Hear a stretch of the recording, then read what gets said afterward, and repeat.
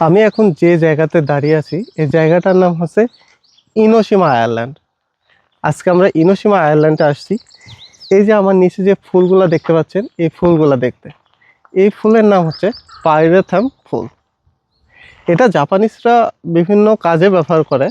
এটা কীটনাশক হিসাবেও ব্যবহার করা হয় প্রাকৃতিকভাবে। এবং এই ফুলের নিচেই আমি এখন একটু পাহাড়ের উপরে দাঁড়িয়ে আছি। আমার নিচে দেখতে পাচ্ছেন একটা ফুলের বাগান ছোট্ট, তার নিচেই একটু পোর্ট সিটিটা দেখাই আপনাকে। ইনোশিমা সিটি এটা। এখান থেকে ভিউটা দারুণ আসতেছে। পুরো ভিউটা যদি আপনাদেরকে দেখাই একটু। এখন যেহেতু সামার চলে অনেক রোদ এবং সমুদ্রের পানি নীল এবং পাহাড়, এই যে দৃশ্য এই দৃশ্যটাকে অপরূপ করে তুলেছে।